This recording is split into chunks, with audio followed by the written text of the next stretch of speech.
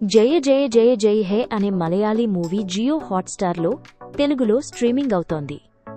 ఈ మధ్య అందరూ మలయాళీ, తమిళ్, కన్నడ మూవీలను ఎక్కువగా ఓటీటీల పుణ్యమా అని చూస్తున్నారు.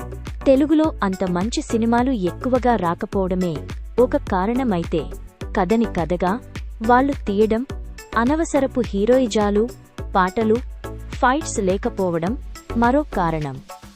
భార్యాభర్తల మధ్యగల సున్నితమైన గొడవలు సీరియస్గా మారితే పరిణామాలు ఎలా ఉంటాయో ఈ సినిమాలో మగవాళ్లకు అర్థం అయ్యేలా చెప్పాడు దర్శకుడు.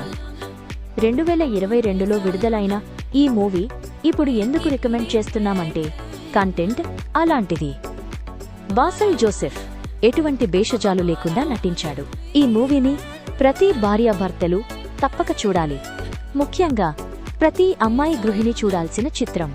ఈ మూవీ చూశాక మీరు ఈ మూవీ రికమెండేషన్ను లైక్ చేయకుండా ఉండలేరు. మరో 10 మందికి రికమెండ్ చేస్తారు.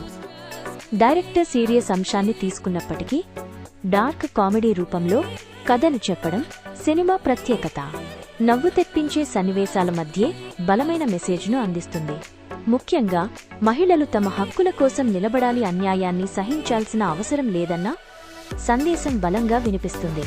మహిళా సాధికారతపై ప్రభావవంతమైన సినిమాగా జయ జయ జయ జయ హే నిలుస్తుంది.